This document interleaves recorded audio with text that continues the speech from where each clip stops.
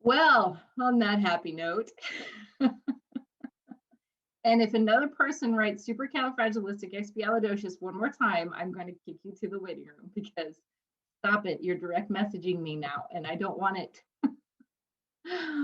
Oh, heavens. Okay.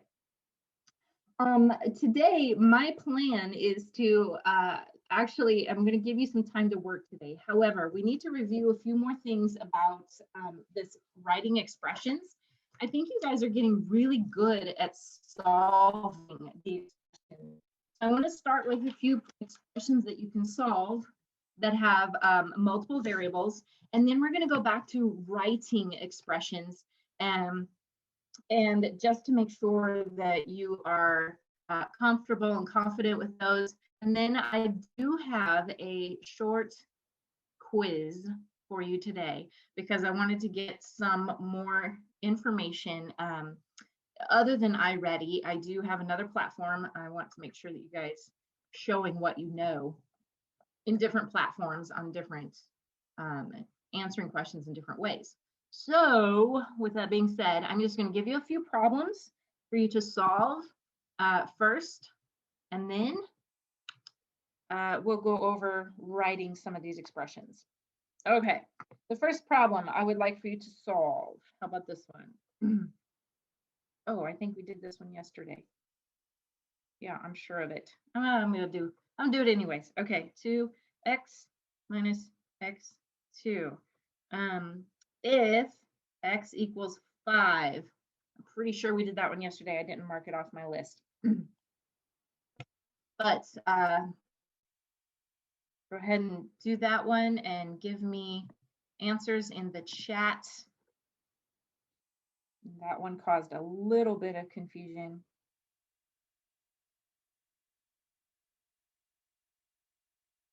And yes, okay, there you go. Yep, there you go. Very good. All right. Yes, you're coming through loud and clear. All of your yes, Bethany. And then the final answer is yes to everyone who has typed to me except, Abel, double check your work. 2 to the x power. So you're replacing the 5 for the x's. So 2 to the 5th power minus 5 to the 2nd power. So remember, the exponent means how many times you multiply. So 2 to the 5th power means 2 times 2 times 2 times 2 times 2, 5 times. Okay, you are multiplying 2 5 times, and 5 to the 2nd power is 5 times 5. And you have to do all of that before you can subtract it. All right, so 2 multiplied by itself 5 times is going to give you 32 minus 5 times 5, which is 25, leaving you with 7. All right, yes, those of you who got your answers, gave me the answers and got them correct. Man, I cannot speak today. I'm a little off again. Still, I don't even know. All right, let's try this one. I'm going to give you a new one. Here we go. Y to the 2nd power minus x to the 4th power. Haha. And so if y equals 9 and x equals 2, there you go. Y equals 9, x equals 2. Go for it.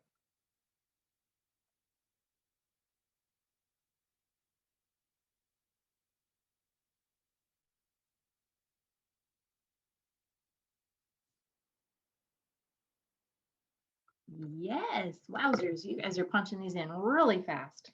Hopefully you are writing it down and you are showing your work so you don't get tripped up or forget a step. Replacing the letters for the numbers first. Yes, thank you very much. Oh, Xavier, nope. Double check your answer, buddy. Y to the 2nd power, so 9 to the 2nd power minus x to the 4th, and x is replaced by 2, so 2 to the 4th. We start off this way. You have 9 to the 2nd power, or 9 times 9, which is 81. and 2 to the 4th power, which is 16. And the reason I do this so quickly is because I combine 2 times 2 is 4, 2 times 2 is 4, and then 4 times 4 is 16. And you have to subtract those. So 81 minus 16 is 65. All right, yes, I'm walking through this very quickly because you guys are really good at solving these problems. Let's do a couple more and then move on to something else. How about, yeah, let's mute that. Maybe, there we go. All right, how about this one? Now I'm gonna throw in some division. How about the letter P? That's the letter P.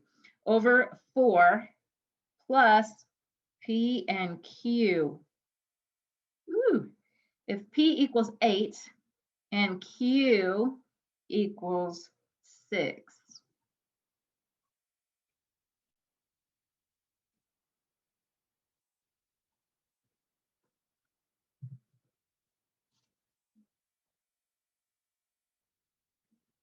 Oh, Ashley, double check your answer real quick.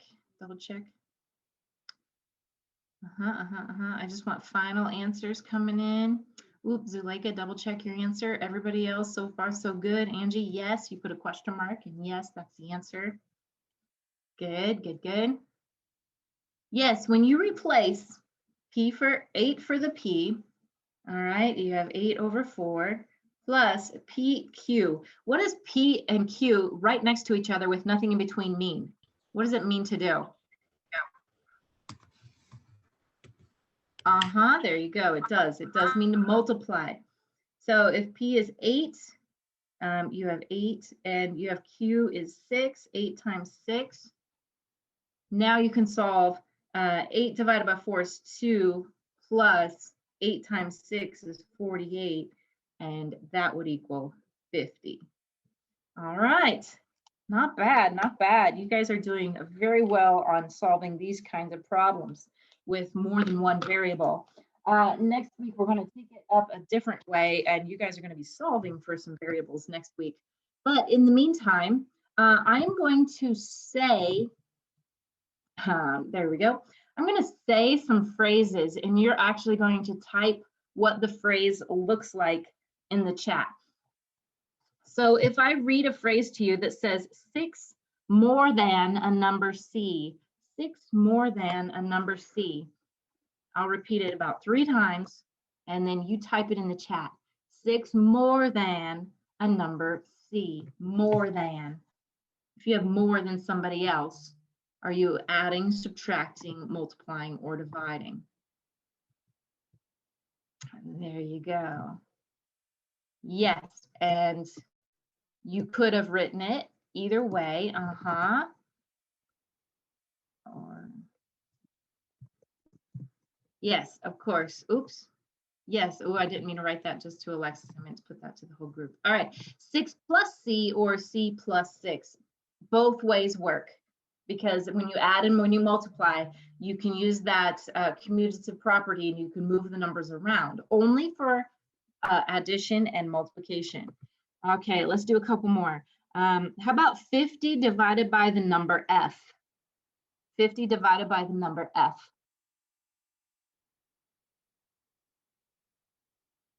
There you go. Good job, Carly, Bethany. Leslie, you have it backwards. If you have 50 divided by a number F, 50, Isabella, it's backwards. 50 divided by number F. You have to have 50 first before you can divide by F. Okay, there you go. Andrea, you have it backwards. You have to have 50 before you can divide it. So start with 50 and then divide by the letter F. There you go, 50 divided by F. Good. Okay, how about, okay, 12 fewer hats. Oh, 12 fewer than H hats. 12 fewer than H hats. Yes, Yunashi. 12 fewer than H hats. Yes, Erin. Yes, Carly. Yes, Bethany. Yes, Angie. Ooh, got to flip that around. 12 less than H hats. And this one, I'm going to flip my camera around because I had a couple people there at the end writing it backwards. So if you have 12 less than H, you have to start with the H before you can take 12 away from the H. If Mr. Hartman has a H number of hats and Mr. Mullen has 12 less than him, you have to start with a bigger number. You have to start with a larger number before you can take away the 12. Okay, so H minus 12. All right. How about, ooh, yes, here we go. I'm gonna give you a two-step problem here. Listen carefully. 4 times the sum of X and 1/2. I'll write it 4 times the sum of X and 1/2.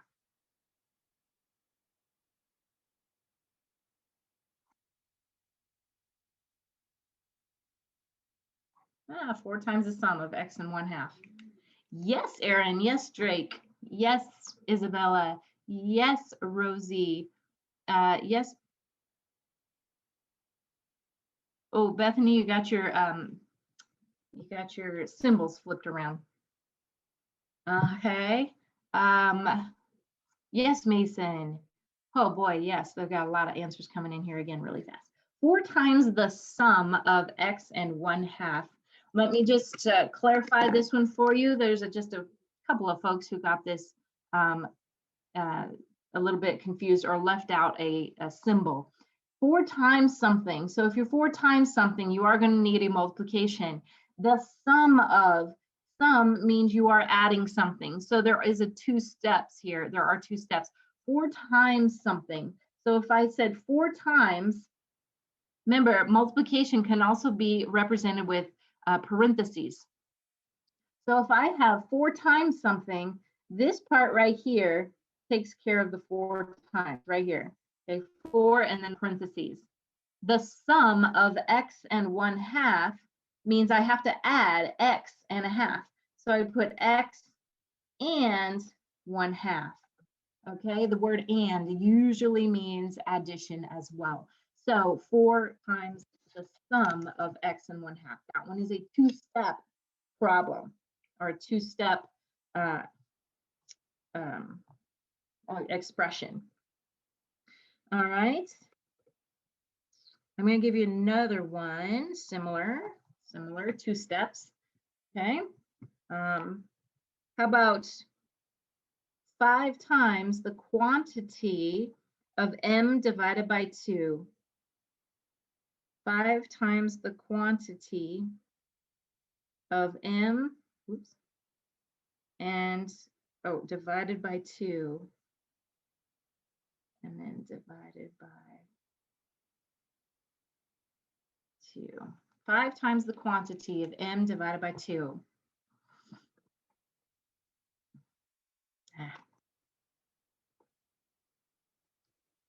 There you go. Oh yeah, now you got it. Yes, 2 steps here, 2 steps, absolutely. Yes, because you saw the word times and you saw the words divided by, and this quantity is being divided, and that's what goes inside of parentheses. And when you have 5 times something, 5 in a parentheses would be appropriate, because that means you're multiplying 5 by everything inside the parentheses. And inside the parentheses, it says you have a quantity of M divided by 2.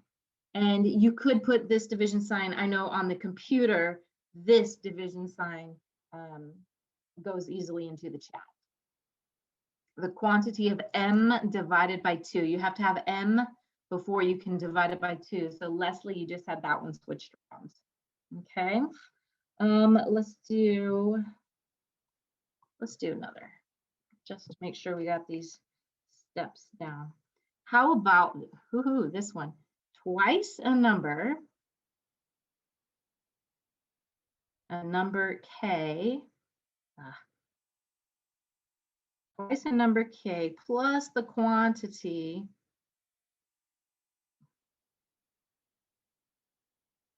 of s minus 2. There we go. Twice a number k plus a quantity of s minus 2.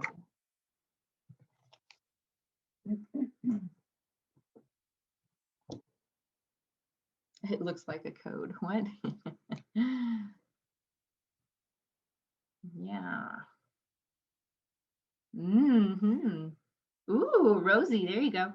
Ashley, I am looking for a parentheses here because anytime you have a quantity, that means, hey, this is special, it groups together, and it should give you an indicator that there should be. Yes, Isabella, that totally works. Yeah, the indicator of quantity means that you're going to have something inside of parentheses. Yeah, this one's really, really tricky. Lots of, all right. I'm going to start off with all your clues here. The first clue says twice a number k, twice a number. That means that you have to multiply 2k, okay? Twice the number k, so 2k plus, so I'm going to add something here. The quantity means I'm going to put something in parentheses because that's a whole quantity that I want. F minus 2, so then I can put F minus 2 in that quantity. All right, there we have it. 2k plus parentheses S minus 2. Oh, yes, it's an S. And that's the hard part is sometimes the letters, if I don't write it nice enough or neat enough, it may look like a number. So, yeah, but that's okay, Angie. If you put them in, it's not going to count against you. If you put parentheses around the 2 and the k, that's absolutely fine. It just means that those two go together. So even if you had parentheses around them, that would not be wrong. Okay, good question. All right. Any other questions before? That's okay if you thought it was a 5 and not an S. All right, folks, here's what's happening now. See if I can get you going. I did post a quiz on Edulastic. It's 10 questions, and that's what I want you to do now. All right, Edulastic quiz. Everyone should go on that Edulastic quiz now. If you did not finish yesterday's math assignment on iReady, that would be homework for tonight. Okay, to finish any math lesson that was on iReady. But for right now, it is posted in Google Classroom, I hope, for all of your classes. If you go on your Google Classroom, you go to classwork, and it should be posted right at the very top, Edulastic Math Quiz with the link directly to that quiz.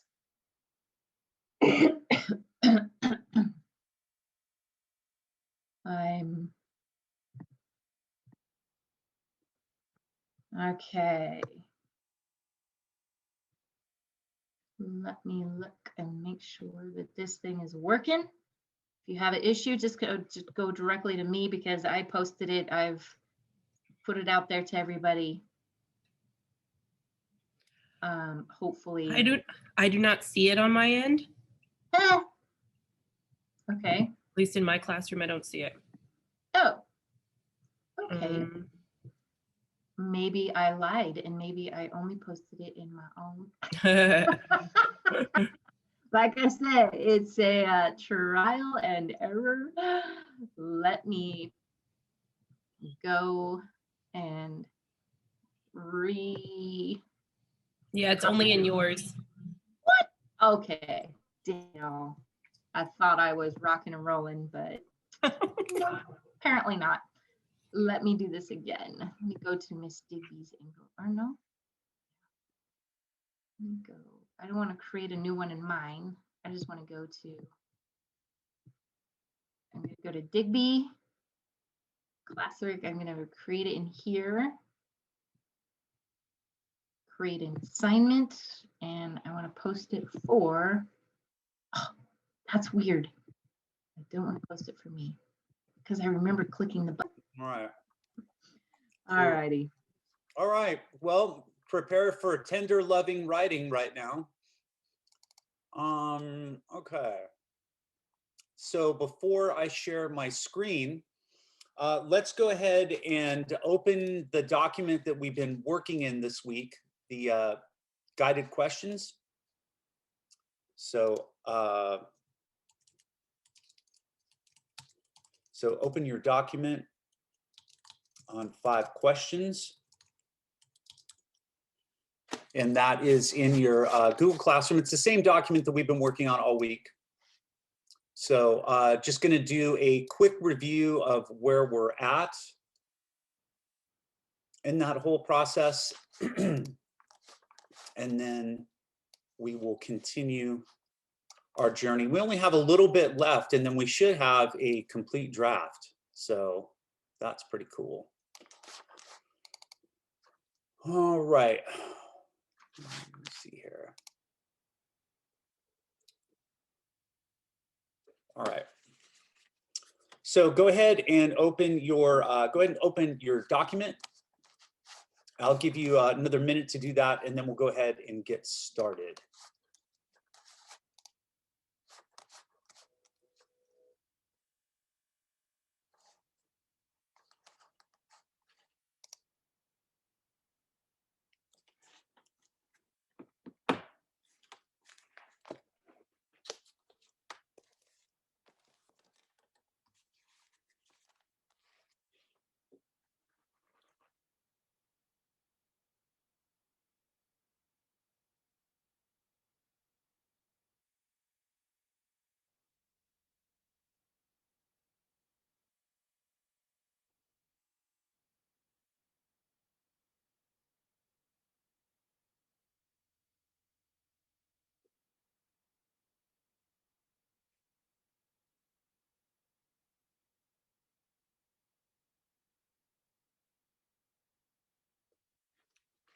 Okay, let me go ahead and share my screen. Hopefully everybody is up and running.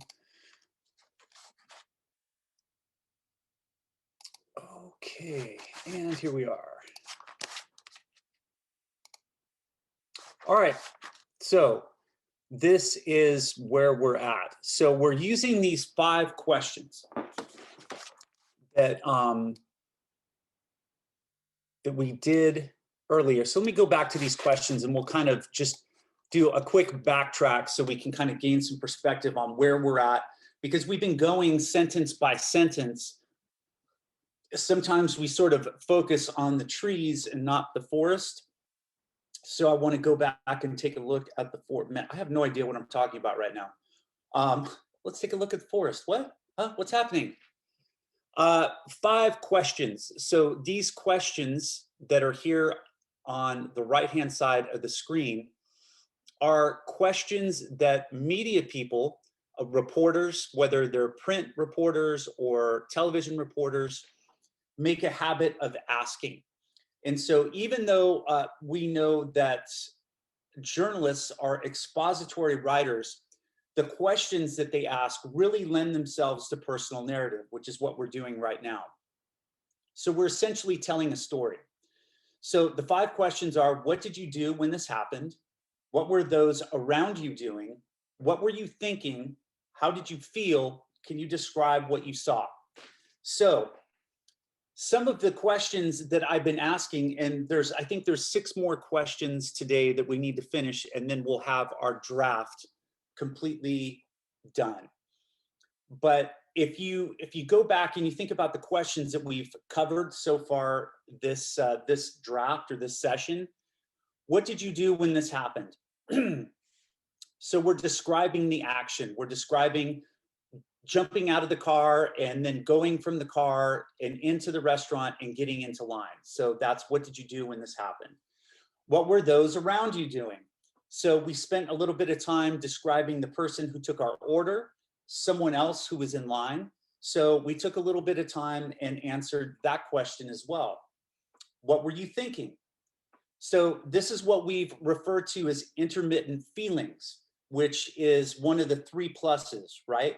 So it's what the author is thinking, and the author is sort of thinking whatever his or her thoughts are, the author is putting them on paper. So what were you thinking? Those are intermittent feelings. We did that as well. How did you feel? So, which is sort of a variation of intermittent feelings. There were a couple of sentences in there where we discuss how we feel. And can you describe what you saw? So when we were talking about the inanimate objects and some other things that were going on, and even the people, the clerk, the other person in line, you're describing what you saw. So as we've been working through this draft, we've been answering all 5 of these questions. So if we did this properly and we did a 3 pluses and a zap feedback form for our partner, we would discover that, yeah, no, they're pretty much right on track as far as answering all of these questions.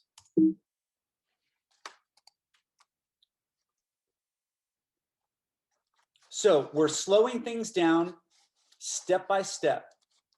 That's really where we're at. Even though this example has to do with 9/11, this right here, slowing things down and going step by step, that is what we've been doing in this narrative.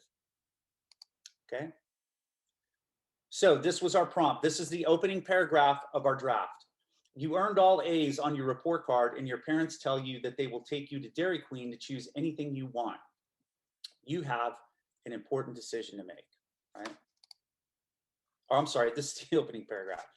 The day had finally arrived. My parent promised that if I made A's on my report card, I could have anything I wanted at Dairy Queen. Now that is an important decision. So this is the opening paragraph that we should all have. And this is what we've done so far. So we've done paragraph 1, where we're out of the car, into the restaurant, standing in line. We've written a draft of paragraph 2, which is at the counter. And then right before we left yesterday, we did the opening sentence, which is an embedded transition. So we're coming into paragraph 3. So before we left yesterday, we wrote a transition sentence that moves us from ordering to waiting for the treat to be made. So that was the last question that we answered yesterday. So we're going to pick up with question 2 right now. Okay, and this is stuff that we already did. Okay. So I'm going to go ahead and stop sharing my screen right now. Okay. All right.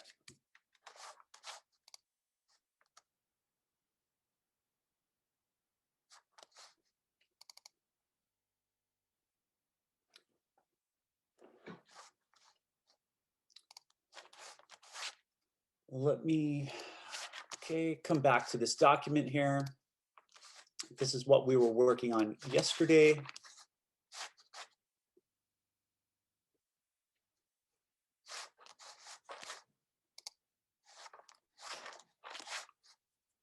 Okay. So this is stuff, everything that's up here, we have already done. So we're going to pick up the last sentence that we wrote yesterday. Sentence 1 is now write a transition sentence that moves you from ordering to waiting, from ordering to waiting for your treat to be made.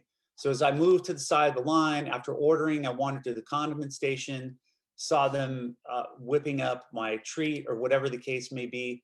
That's where we're at. So we're doing the second question for the 3rd paragraph right now. So we should be in paragraph 3, that 3rd body paragraph. So sentence 2, we'll start here.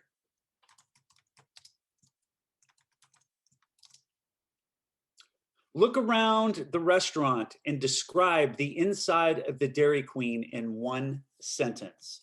So I want you to look around. And even if you've never been to a Dairy Queen, and I know many of you haven't, it's okay. You've been inside a fast food restaurant before. They all kind of look the same. maybe a different color scheme or something. I don't know. Look around the restaurant and describe the inside of the Dairy Queen in one sentence. You know it's going to have hard plastic seats,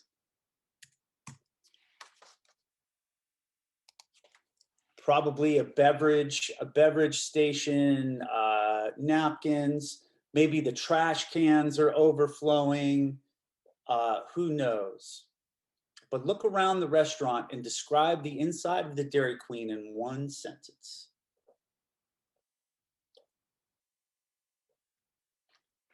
And I'll give you 2 minutes and we'll go from there.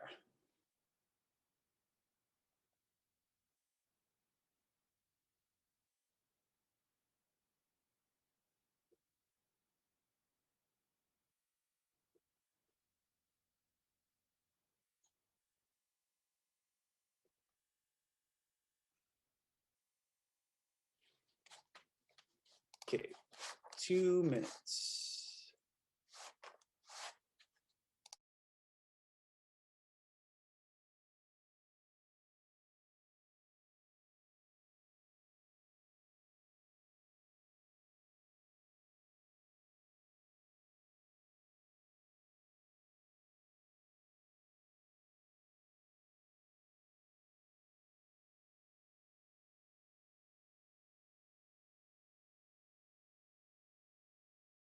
Okay. All right, minute remaining.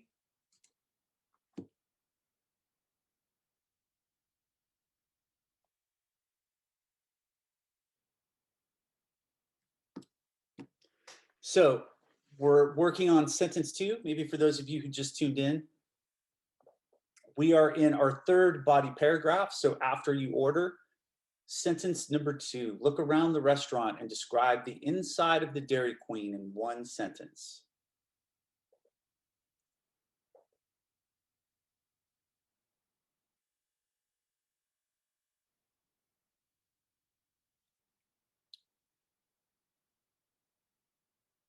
Maybe you happen to look over toward a trash can, see a cockroach with a beanie and a bag over his shoulder. Just saying that this town just isn't big enough for him. It's time to move on. Good luck, Señor Cucaracha. Buena suerte. All right.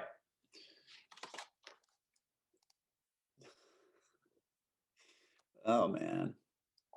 Zoom can be tough sometimes. All right. Sentence number 3. What are you thinking?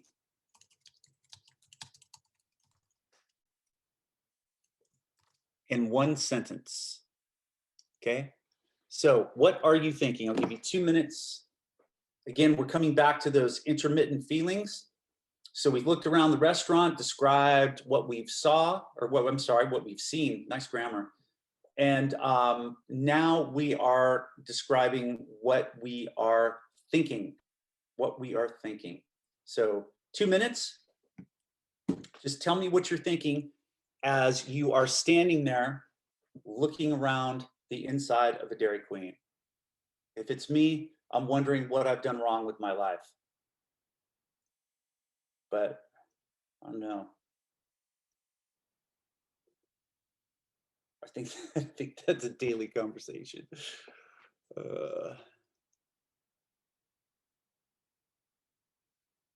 Where am I supposed to be right now?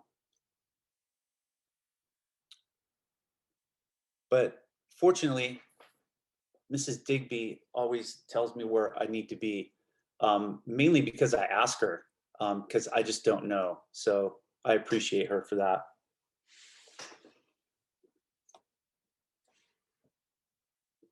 Okay, minute remaining.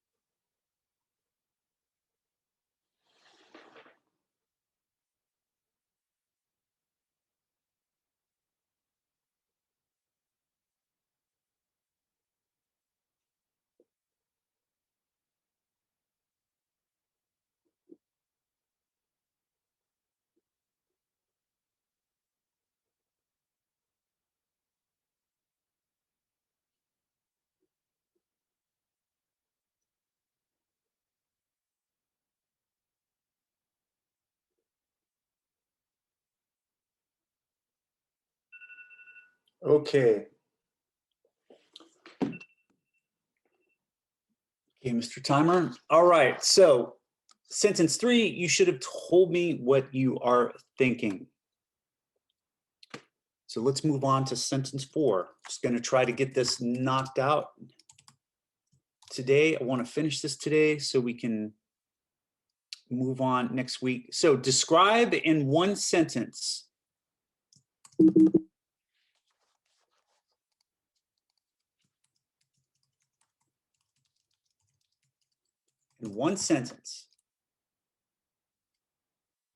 another order as it is picked up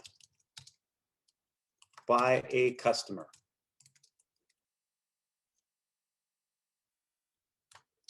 And remember to give this customer an outstanding characteristic of some time. So if it's like the little redhead with the freckles or whoever you talked about, maybe they're picking up their order. If you want to come back and circle back and describe them again, that's fine. But describe in one sentence another order as it is picked up by a customer.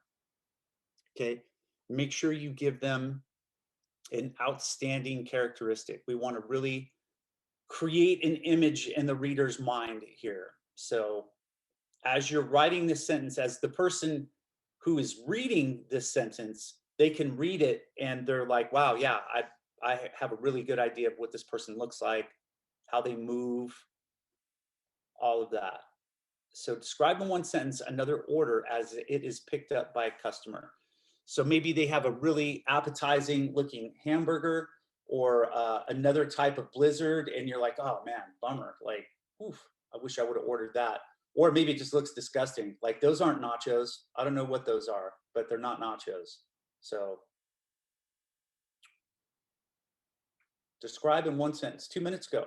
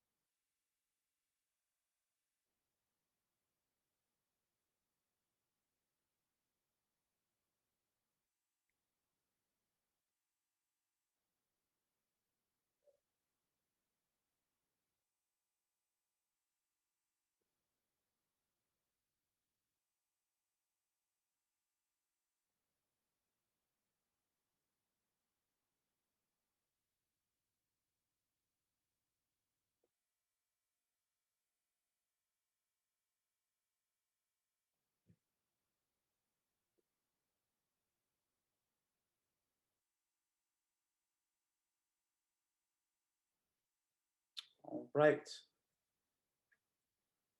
About 20 seconds remaining. So we're describing in one sentence another order as it is picked up by a customer.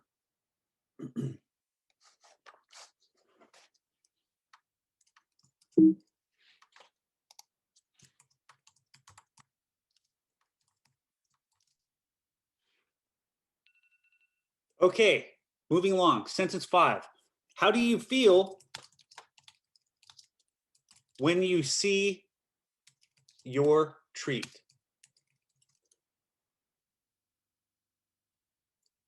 So again, one sentence. So sentence 5, you describe in one sentence, another order is picked up.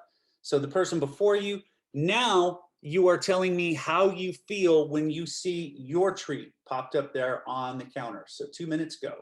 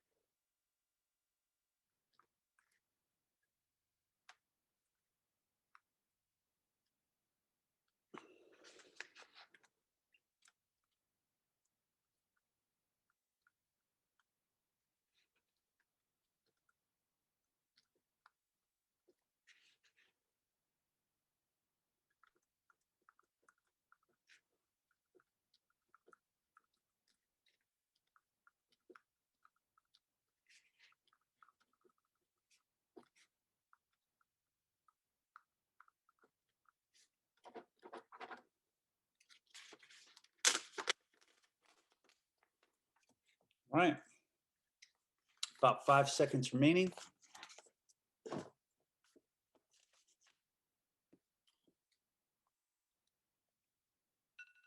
Okay, cool. Let's move on. So sentence 6. Three more sentences all together.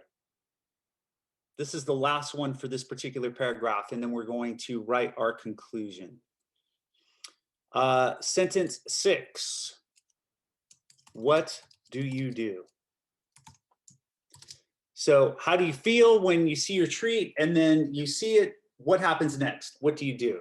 Okay, so sentence 6, 2 minutes, go. And then we're going to write our conclusion.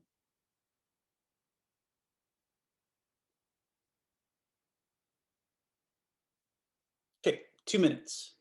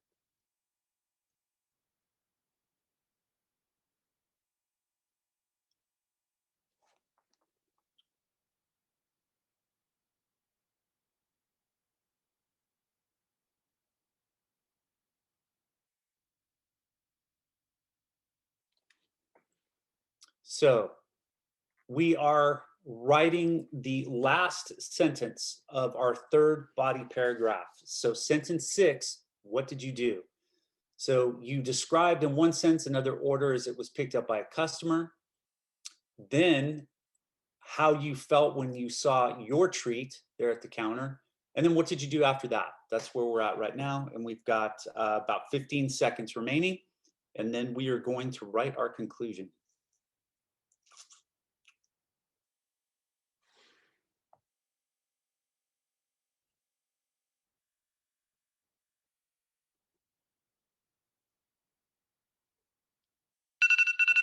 Cool. All right.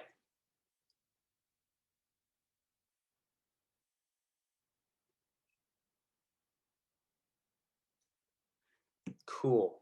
All right. Let's move on to the conclusion.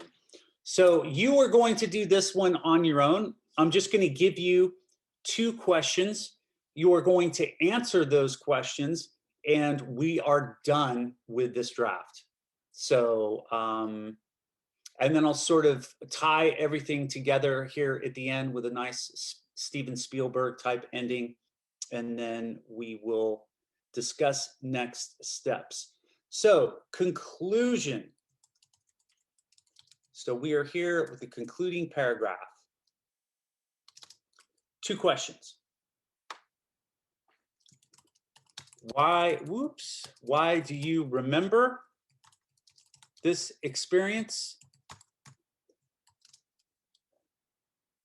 And did you learn anything? Hope anything? Or wish anything? Okay, so this is where we're at right now.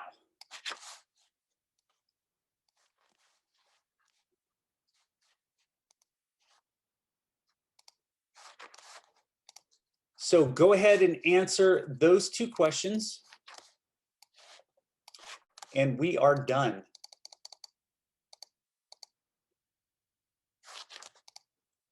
So what's highlighted there? Why do you remember this experience? And did you learn anything, hope anything, or wish anything? I will give you about 4 minutes. I'll give you 4 minutes to finish that up. Well, actually, I'll give you a cool 5. How's that? So 5 minutes to do this, and then we are done with this draft. So 5 minutes, y'all.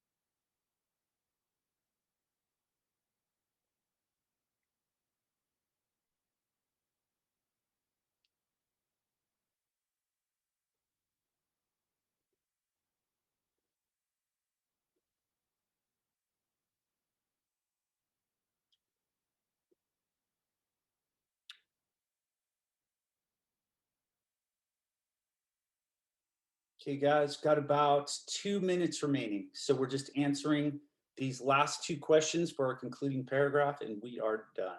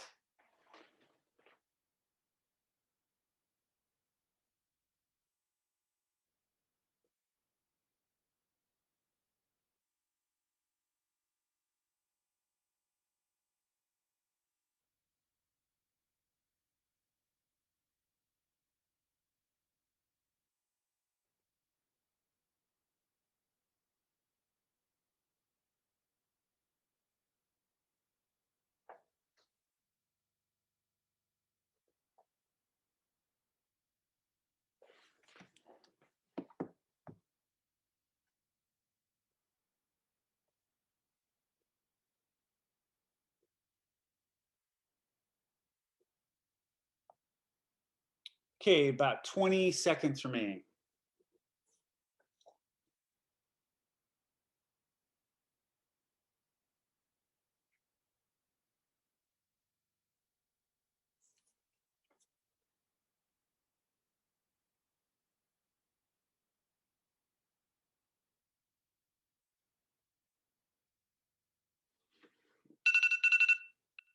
All right. Congratulations, everyone. You have completed a first draft of this essay here. So let's backtrack just a little bit and talk about what we did. So with these,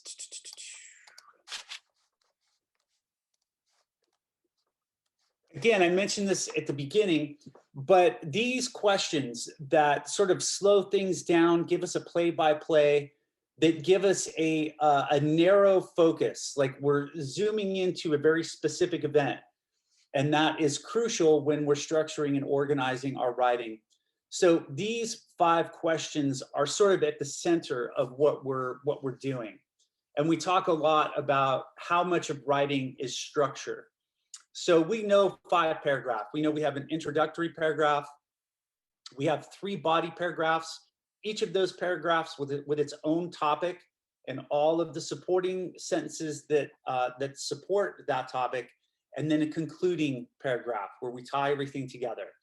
So, but we were focused, whether or not we realized it, we were focused on these 5 questions through the whole draft. What did you do when this happened? What were those around you doing? What were you thinking? How did you feel? And can you describe what you saw?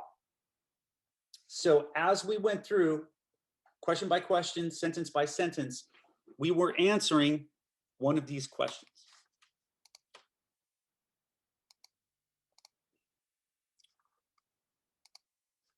Okay, we had our opening paragraph. And then, so those middle 3 paragraphs, this is where things can go wrong the fastest. So we kind of know what we want to talk about. We know that every introductory paragraph should have a hook and a thesis statement, a hook being a way of grabbing the reader's attention, and a thesis statement just simply being a sentence that tells us what the essay is about. And a lot of times it's easy for us. So about 60%, a little more than half of our essay is these middle 3 paragraphs. So we went from standing in line, then wrote an embedded transition, got to the counter, wrote what happened there, another embedded transition, and then we talked about what we did after we ordered. So again, nothing super complex. It doesn't have to be. You keep the structure simple, so then you can have fun. Then the sentences become playthings. Then you can have fun talking about, how do I want to describe this person, or how do I want to describe that situation? And the process becomes a lot more fun. So part of the reason that I preach structure as much as I do is because once you have that, you're good. You can be a functional writer. I know not everyone here wants to be a reporter or a journalist, or like that is not lost on me. But if you know how to write functionally, you know how to structure something in a very basic way, that's really all you need to know. And then those people who love it, want to do it all the time, and they're out there, then that allows you to work at more of a sentence and word level. So you can have fun choosing the perfect verb or the perfect adjective and the description. In fact, I was cleaning out some old things last night and came across an old magazine that that I had contributed to. And yeah, hang on a sec. So it was a magazine I wrote for a long time ago. In 1997 was the last issue, but this magazine here, and yeah, it was, I was reading it and it's like, yeah, absolutely. The structure is there, but I had so much fun writing that particular piece for that magazine. And again, the structure was there, just had fun describing things. So all those guided questions, done, finished. So if you are done, and many of you, some of you, I know that there's people out there who feel as though, oh, yeah, I want to take one more look at this. I want to do this or do that. That's fine. And then you can go ahead, once you feel comfortable with it. Oh, we got, huh. Okay, cool. Some people sharing.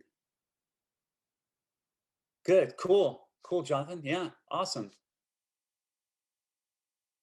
No, not really, Keon. I mean, that's why it's important to be here.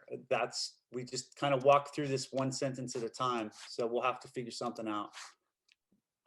So go ahead and submit that. You should be finished at this point. So if you're done, you are good to go. And then Mrs. Digby, what time did you want to get started? 10:10? Perfect. Okay. All right, guys. So if you are all finished with that assignment, you followed along, you did what you need to do, you are good to go. You can go ahead and submit that. And if you're not, then do what you need to do. But I believe it's due today. Cool. We are on break until 10:10. I'll go ahead and put that in the chat. So on break until 10:10. And I appreciate you guys being there, being plugged in. Hopefully you got something out of it. And coming out for the big concert. Yay, look at all these smiles. I don't know excited. if I'm or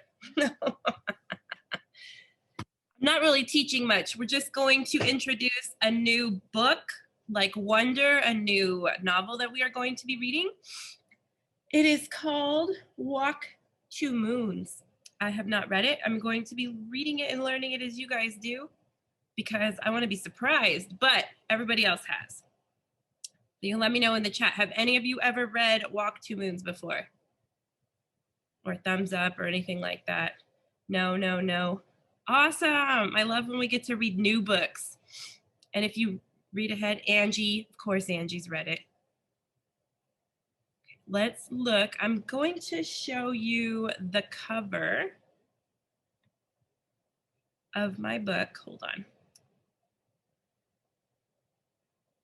And we are going to predict by looking at this cover. Let me see if I can get it closer for you. Maybe not. Okay, it's not letting me zoom in. Okay, so by looking at this cover, I want you to give me a few predictions in the chat. What do you think is going to happen? What do you think might be experienced?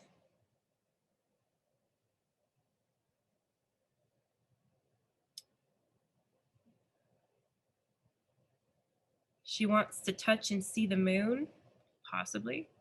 She's going to go over the mountain. A girl who walks on 2 moons to go somewhere. An adventure to the moon. A girl who's having a hard time. Can you give me some whys? Why do you think that? What's giving you those clues? Emotional. She travels to the moon to become famous. The journey to the moon. Ooh, like Augie. I love the connection there. She wants to go to the moon like Augie. She's gonna hike and watch the moon. She's got a dream. Why do you think these things? Chloe, why do you think she's a girl with a dream? Jonathan. She wants to see the city lights.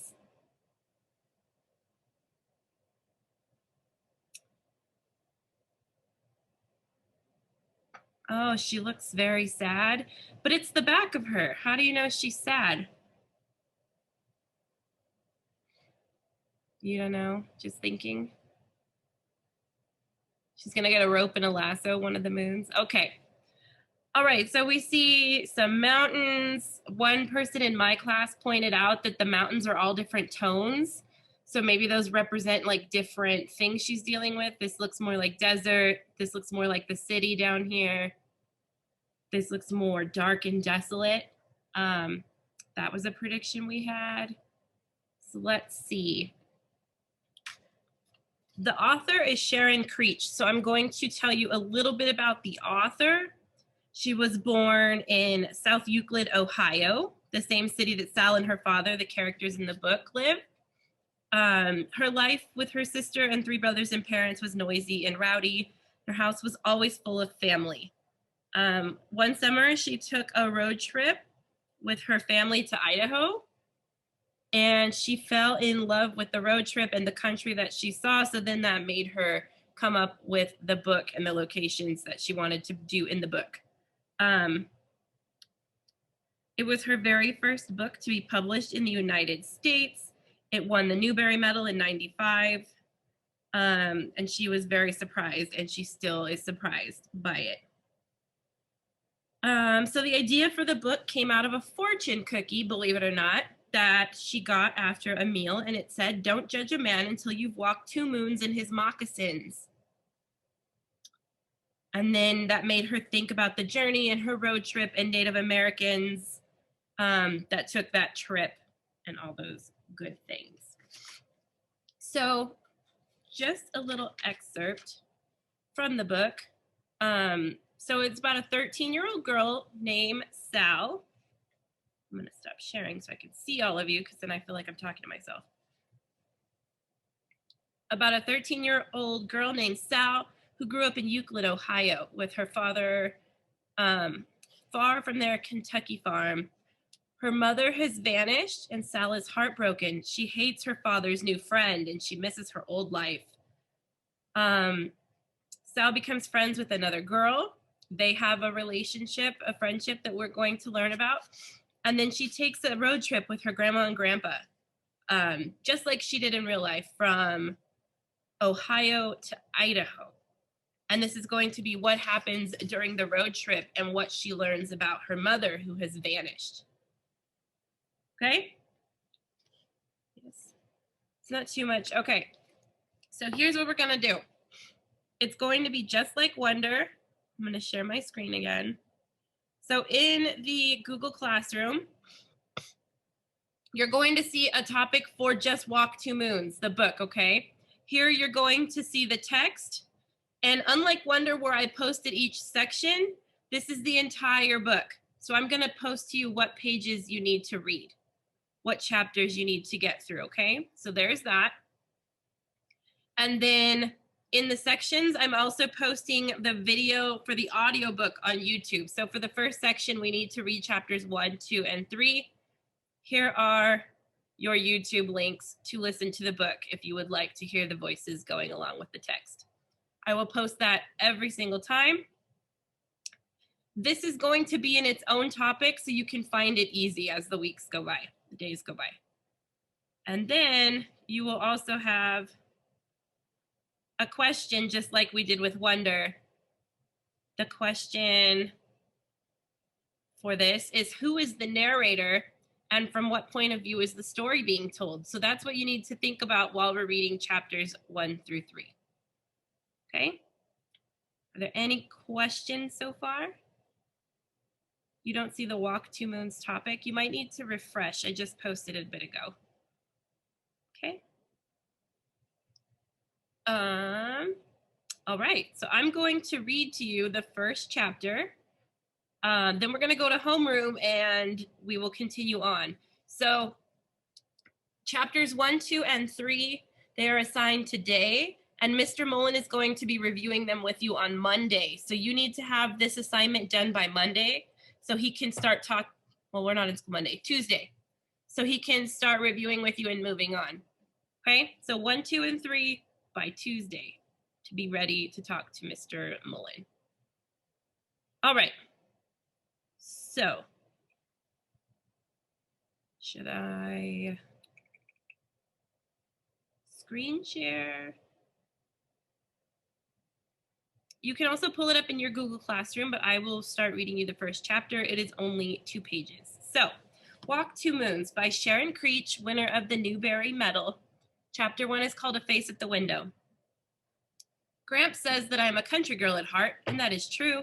I have lived most of my 13 years in Bybanks, Kentucky, which is not much more than a caboodle of houses roosting in a green spot alongside the Ohio River. Just a year ago, my father plucked me up like a weed and took me and all our belongings. No, that's not true. He did not bring the chestnut tree or the willow or the maple or the hayloft or the swimming hole or any of those things which belonged to me. And we drove 300 miles straight north and stopped in front of a house in Euclid, Ohio. Where are the trees? I said. This is where we're going to live? No, my father said. This is Margaret's house. The front door of the house opened, and Margaret, the lady with the wild red hair, stood there. I looked up and down the street. The buildings were jammed together like a row of birdhouses. In front of each one was a tiny square of grass, and in front of that was a long, long cement sidewalk running alongside the cement road. Where's the barn? I asked. Where's the river? Where's the swimming hole? Oh, Sal, my father said, come along. There's Margaret. He waved to the lady at the door. We have to go back, I said. I forgot something. The lady with the wild red hair opened the door and came out on the porch. In the back of my closet, I said, under the floorboards. I put something there and I gotta have it. Don't be a goose, he said. Come and see Margaret. I did not want to see Margaret. I stood there looking around, and that's when I saw the face pressed up against an upstairs window next door. It was a girl's face, and it looked afraid. I didn't know it then, but that face belonged to Phoebe Winterbottom, the girl who had a powerful imagination, who would become my friend, and who would have all those peculiar things happen to her. Not long ago, when I was locked in a car with my grandparents for 6 days, I told them the story of Phoebe. And when I finished telling them, or maybe even as I was telling them, I realized that the story of Phoebe was like the plaster wall in our old house in By Banks, Kentucky. My father started chipping away at a plaster wall in the living room of our old house in By Banks shortly after my mother left us one April morning. Our house was an old farmhouse which my parents had been restoring room by room. Each night, as he waited to hear from my mother, he chipped away at that wall. On the night we got the bad news that she was not returning, he pounded and pounded on that wall with a chisel and a hammer. At 2 o'clock in the morning, he came up to my room. I was not asleep.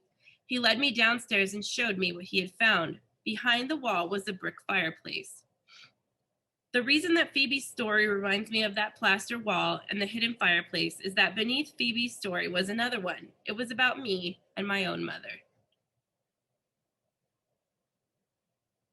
Dun, dun, dun. All right. That was chapter 1. Super easy read.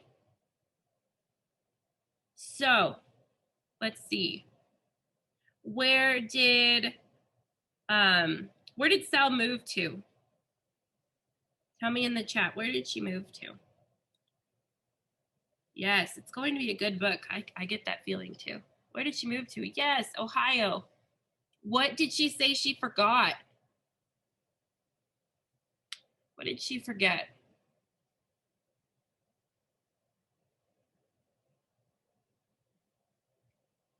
A book, all her belongings, fireplace. Something in the closet. Yes, something in the closet. It was underneath the floorboards. She didn't say exactly what it was, just something in the back of her closet. And who do you think the lady, the red-haired lady Margaret is? Who do you think she is?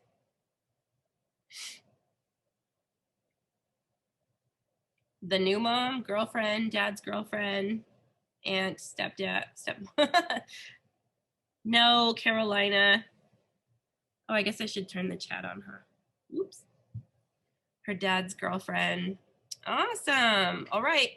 Now, what do you think is going to happen next?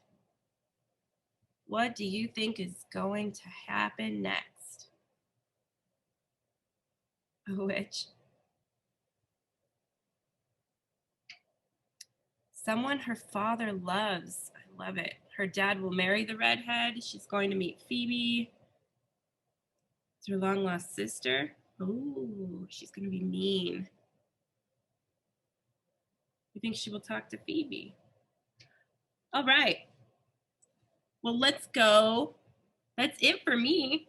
Chapter 1, easy. You have your question. And then we can take care of 2 and 3 in homeroom if your teachers would like. Or we'll finish up things that we needed to work on.